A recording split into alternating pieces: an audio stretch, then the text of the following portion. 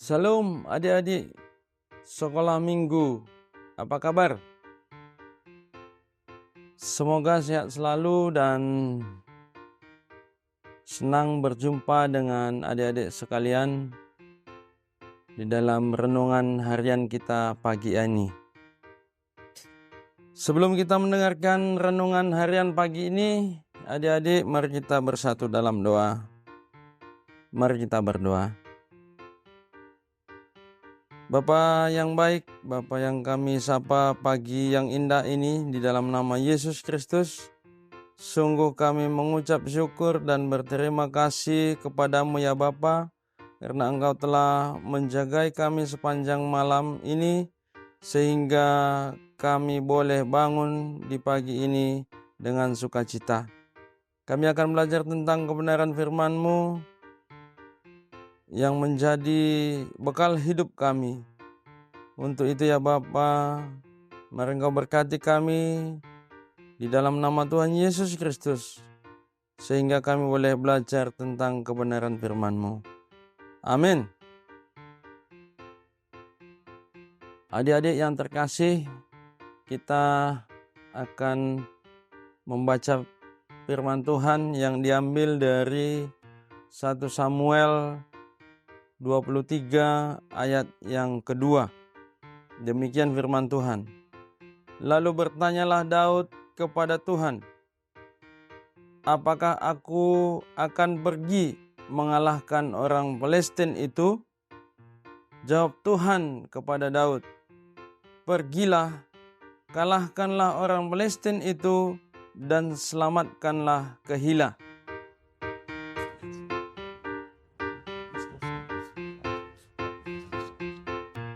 Buku kitab 1 Samuel ini adalah bersejarah Israel dalam masa peralihan dari zaman hakim-hakim kepada zaman raja-raja. Perubahan dalam kehidupan bangsa Israel, khususnya di kitab ini berkisar pada 3 tokoh, yang dimana yang pertama Nabi Samuel, yang kedua Raja Saul, yang ketiga Raja Daud. Kitab ini menceritakan bagaimana pengalaman-pengalaman hidup Nabi Samuel. Bagaimana Nabi Samuel mengurapi Raja Saul sebagai raja pertama di Israel. Dan Nabi Samuel juga mengurapi Raja Daud sebagai raja kedua di Israel. Pesan utama dari kitab ini sama seperti kisah-kisah lain dalam perjanjian lama, ialah bahwa Tuhan itu maha kuasa. Setiap orang percaya akan berhasil kalau setia kepada Allah, menghormati Allah, melakukan perintah Allah, dan akan celaka jikalau mereka berbuat dosa, meninggalkan Tuhan. Dalam kitab 1 Samuel 23 ini, Daud mengalami masalah sulit di mana bangsa Israel sedang berperang dengan bangsa Palestina. Saat itu Daud berada di kota Kehilah, di mana saat itu kota Kehilah diserang bangsa Palestina.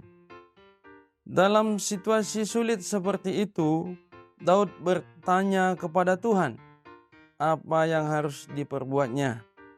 Dan ketika Daud bertanya kepada Tuhan, maksudnya datang kepada Tuhan, maka Tuhan juga setia menolong dan menjawab pertanyaan Daud yang hanya meminta kepada Tuhan. Tema kita pagi ini adik-adik adalah pertolongan Tuhan. Tuhan bisa membentuk anak-anaknya melalui masalah yang Ia izinkan menimpa mereka, seperti yang sedang Ia kerjakan pada diri Daud. Dalam pelariannya ke kota Kehilah, karakter Daud mulai terbentuk untuk membuat ia semakin berbeda dari Saul. Pertama, Saul tidak pernah sungguh-sungguh mencari kehendak Allah sebelum menjalankan rencananya ataupun tindakan-tindakan yang dia perbuat. Tetapi Daud mulai belajar menanyakan langkah yang harus ia tempuh dalam pelariannya ini. Walau orang-orang dekat Daud sempat meragukan jawaban Tuhan, Daud belajar menempatkan jawaban Tuhan sebagai jawaban yang final.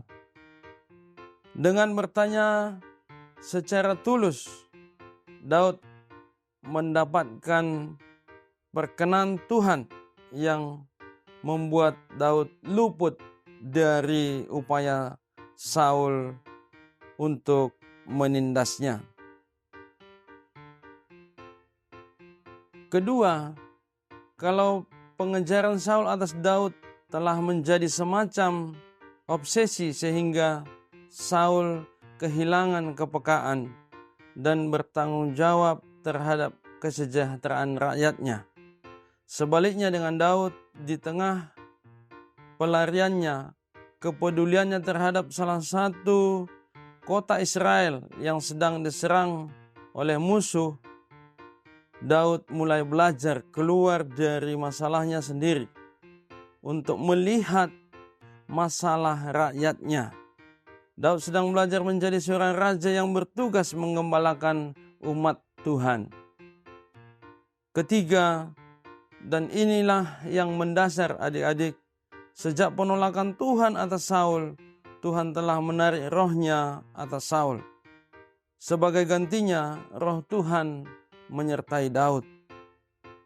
Doa Daud dan kepeduliannya akan kota Kehila merupakan bukti akan kesadaran Daud atas pengurapan dan penyertaan Tuhan. Adik-adik yang terkasih dalam Tuhan, kita cenderung menganggap bahwa kalau Tuhan menyertai dan memberkati kita, pastilah tidak akan ada masalah yang serius menimpa hidup kita.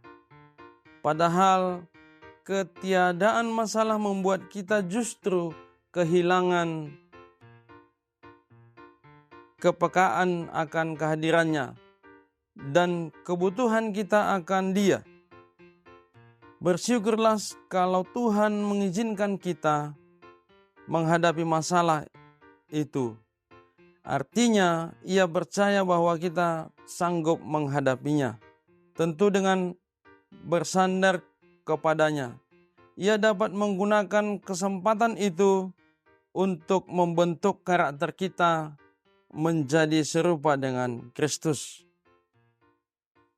Pesan cerita kita hari ini, pagi ini, Tuhan mengasihi, menyayangi seluruh ciptaannya, termasuk kita adik-adik di seluruh umat manusia dan seluruh umat manusia.